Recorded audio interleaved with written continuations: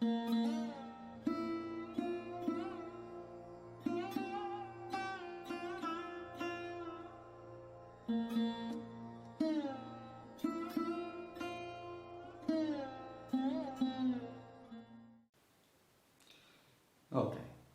so meditation. Meditation has become a difficult subject lately, apparently. But still there are these sincere questions about, because, well, seekers listen to what comes to them and they evaluate.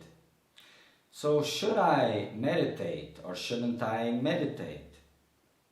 This is a question. And I will answer this question towards the sincere ones that are asking them. What does this mean? Well, not important. Meditation has to be a must for the seeker of truth and can only be abandoned when guidance explicitly tells him. Not because he is choosing what is best, not because he understood this or that philosophy, this or that teaching. No, oh no, so this is, so I will, no. Only when guidance explicitly says so. For the majority of seekers, you see, meditation could probably be the only thing apart from suffering that could help them to clarify their path, their understanding about the teachings. So this is why this has been pushed out of the way. It is true that there is this duality. It is, if it is, but I don't want to go into the merit of this. You will understand eventually. I will not question techniques of meditation. I will question motivations to meditate. The motivations, it's always the important part. Yes, these techniques, most of the techniques, they are to the seeker of well-being in the sense of slowly, gradually, in a way that he can deal with, that he can manage. Come out of it, come out of all these beliefs that tie them to what he calls reality, until he understands other things and silence and all this blah that I've been talking about. So certain techniques, they are a part of this, and the technique also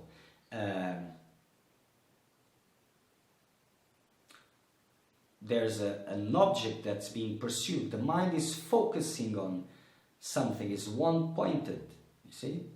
So this is not really the best, whatever. It's not yet the thing. It is outward still. But understand, if you're full of afflictions, or some afflictions, if you're still grabbed to worldly goals, well, probably this will be more useful. But in the long run, it has nothing to do with this. You see, the meditation, not as a technique, but as a posture, inner posture, which means a posture of the seeker of truth and not the seeker of well-being. This is what I will discuss. So the practice of this meditation, forbidden word, practice, of this meditation, and the practice of self-inquiry, they are more or less the same. When meditation is there, when self-inquiry is there or gets established, they will be sane. And they will not depend on anything. But as it is a practice, it will still have certain dependencies. So meditation. Meditation, it's like this kind of meditation with the attitude of the seeker of truth. It's like self-inquiry on steroids, the practice. As it is established, it is the same. You see? As you sit in the meditation posture, body straight, chest out, silence has to be established. But as you sit in this posture, it's like picking a pot of water and put it into the stove in the big fire, turning on this big fire. So, in normal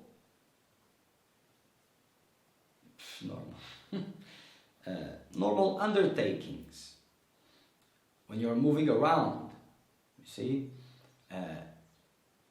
it's like the intensity 10 of experiences, of impressions that are hitting you and provoking something which you use as a means to gain distance and coming back to silence.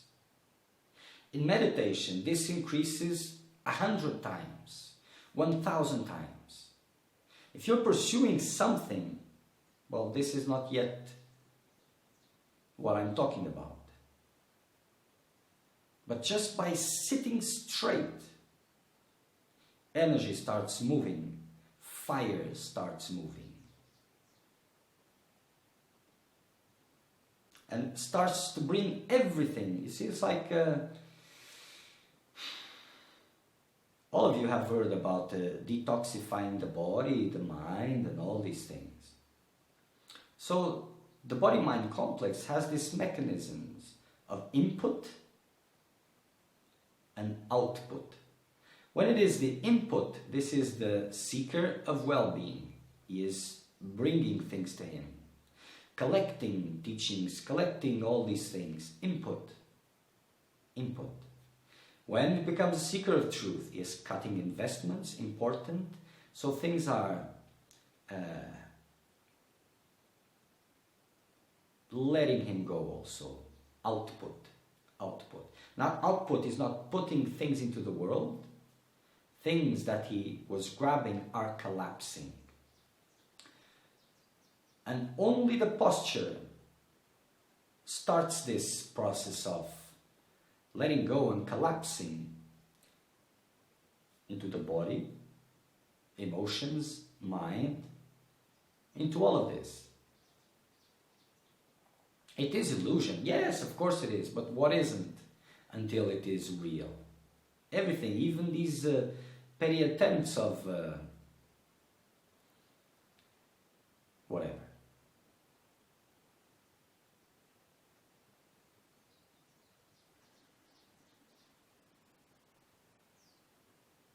So meditation is the same attitude as self-inquiry. And first, stillness of the body is conquered. You see? So there's this sitting or lying down. This lying down is nothing, you see? If you want the fire of the stove, sit straight. And first you conquer the steadiness of the body. Not moving. Absolutely no movement whatsoever. Pains will be there. What do the pains want? They want to make you move, to give them importance. And you remain steady. And even if you have to move, if it is unbearable at that moment, you will move slowly with the same meditative attitude. You will stay a little bit, then you come back again and you will push more. Meditation is something that it's not about having a moment to meditate every day, it's final. It has to increase and increase and increase. As meditation increases, worldly investments decrease. You cannot be doing the two things at the same time. Only if you're a seeker of well-being. So there's no difference. Meditation becomes an investment towards worldly goals, and nothing changes. For the seeker of truth, two things at the same time, impossible. So as he remains still, all these, from the most grossest sensations to the most subtle ones, all this will be purged out. And if in the beginning he cannot remain still, eventually he will. Stillness at the emotional level, at the mental level. You see, when the seeker of well-being starts meditating, he feels better. Because this is what he wants from meditation. He feels a little bit more clear. Because this is what he needs. Because he thinks with a clear mind, his worldly goals will become achievable. For a seeker of truth, as he starts meditating, chaos comes. Chaos. Mental chaos, intense mental chaos, emotional chaos. Then peace, a little bit of peace. This peace that comes prepares for the next chaos, which is more deeper chaos. As this chaos comes and you remain steady, unmoved, it will release. Then more silence, more stillness will be there.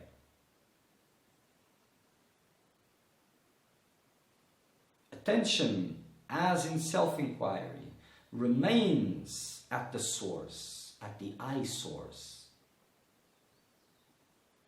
And you can use even the question, because the question in itself takes you back. You see, turmoil of thoughts will pull you out. The question, who am I, brings you back. And the more you try to stay there, the more confusion, the more turmoil comes. Sometimes it will give you a distance for you to become confident. And when you're confident, poof, bashes you out again. You think, oh, I must be doing something wrong. And this is not going anywhere. It's becoming worse. No, it isn't.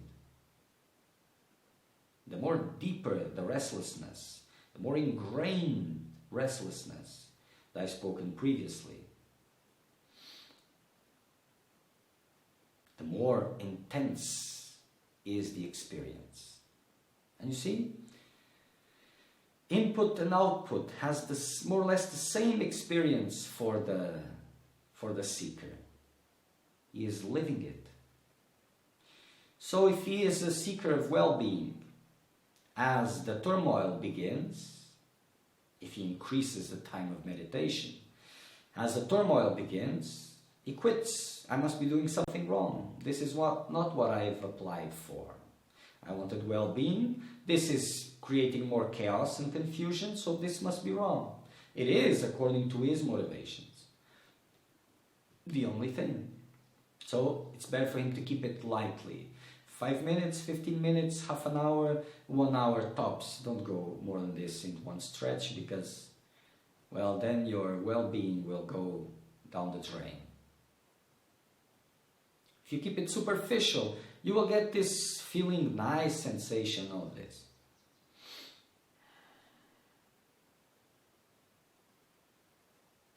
Remaining at the I source. And in that posture, steady, everything becomes more intense.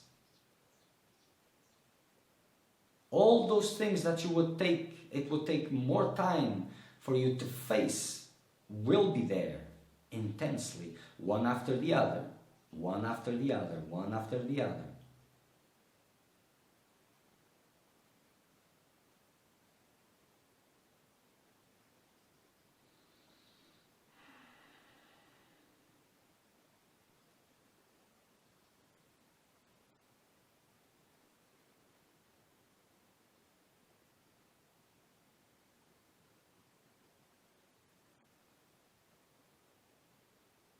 So meditation, you see, for some of you, it's like a rope that ties you into illusion.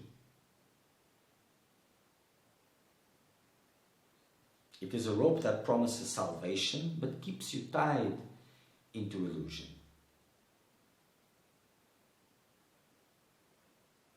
But this is according to you.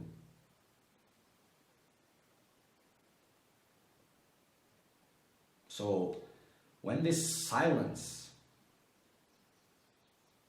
when you come close to this silence, you see, to this meditation in silence, where you stay at the eye source and you dismiss importance of all these restlessness, these forces of nature to impel you to move, to engage in your investments. When you give up on this,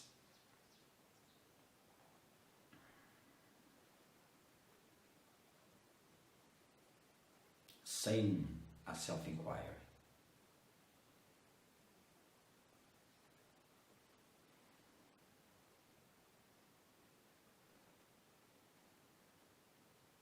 This technique, this following a technique somewhere, trying to achieve something, this one-pointedness of the mind. This is bounding to illusion, sustaining illusion. This stillness here,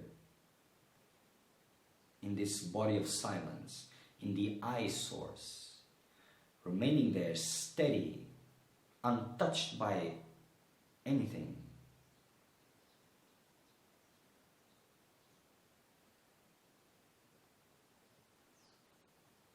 This is the way to stillness, to silence, which in itself is the basis for the final dissolution. And stopping this, techniques may change, because if you're a seeker of truth, it doesn't matter if you're still holding to the world. You have to have your pains, your importance, and all of this. This is part of the game. But if you're sincere, guidance will bring you through all these things. Through all these things.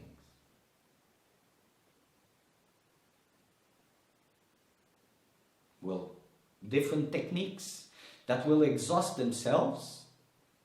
They become, first they are very important, then they become meaningless, and another one comes,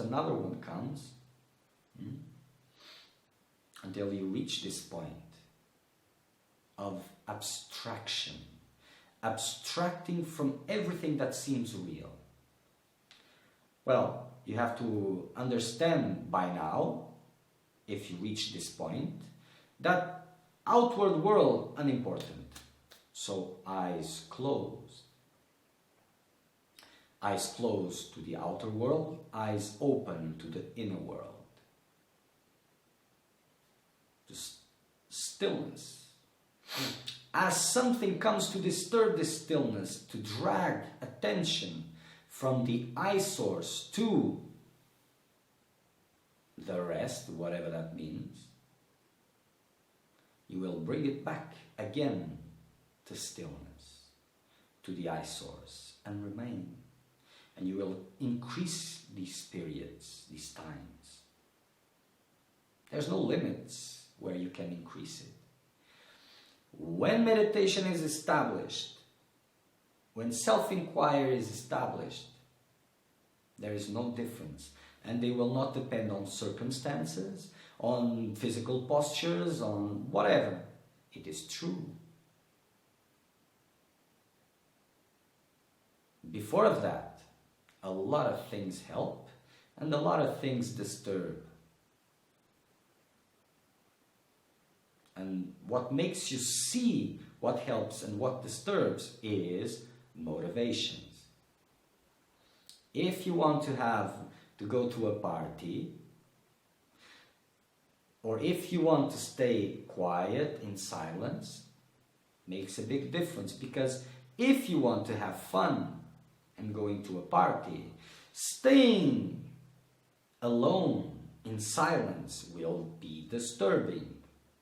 If you want to stay alone in silence, and you're being pushed to a party, the party will be disturbing. It's always about motivations. But meditation is something that can bring all with time. For the seeker of well-being, more time. But eventually, it will bring him. So meditation should be practiced by all seekers of truth, of course, until guidance explicitly says to stop. For the seeker of well-being, if he is trying to be a seeker of truth, but it's not really succeeding, waiting for this guidance to say stop will be a relief. Stop. For the seeker of truth, he has established himself.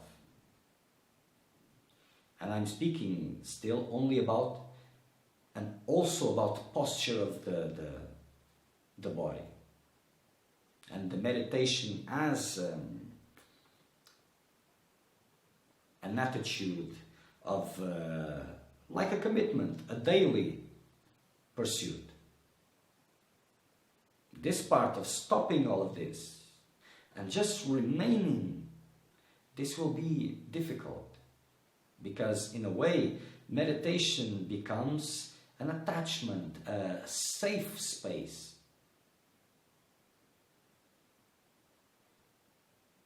But guidance will be there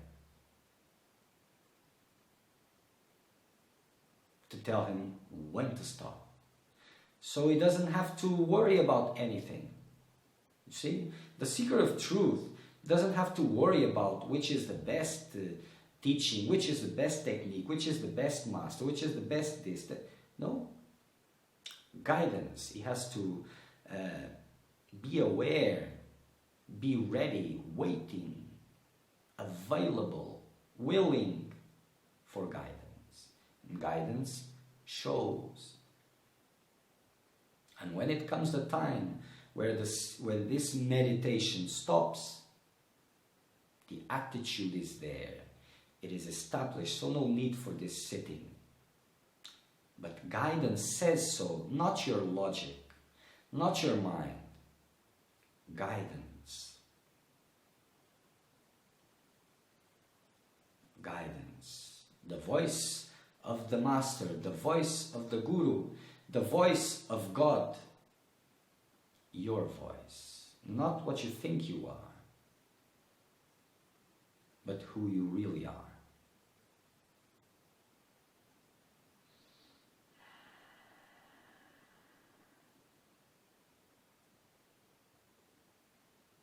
And as you start this meditation practice, from wherever you are, if it is sincere,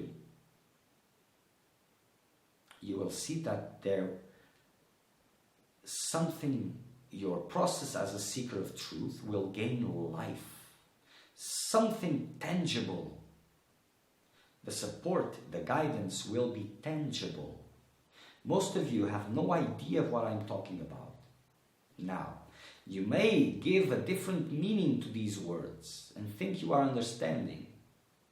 Only a few of you understand this. The others have to find out. It is there for you also, but you have to find out. You have to become seekers of truth. If truth is what you're looking for, if it isn't, it is okay, no problem. No have-tos. Everything is need-based. All investments are need-based. This thing, oh, you have to become a seeker, this doesn't exist. This is for those who have this need, this call.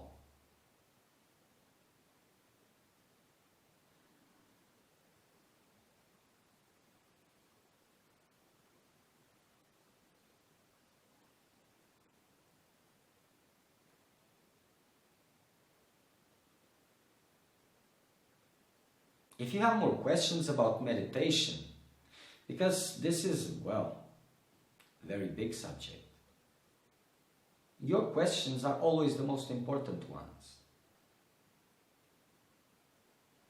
Send them.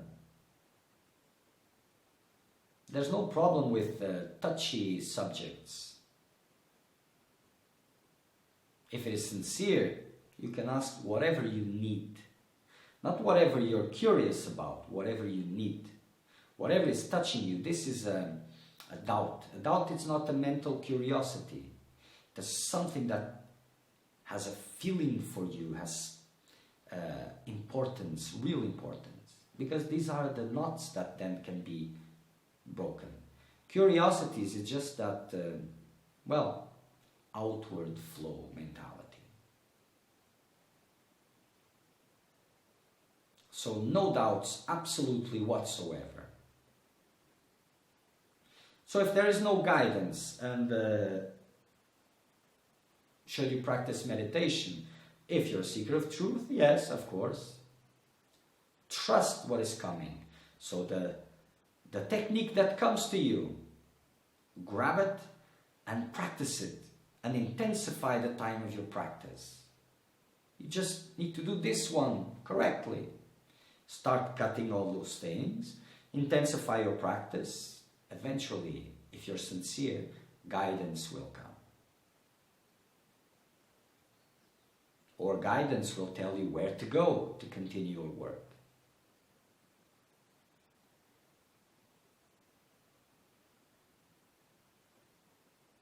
So meditation for all, until guidance says otherwise. Questions, doubts? Shoot.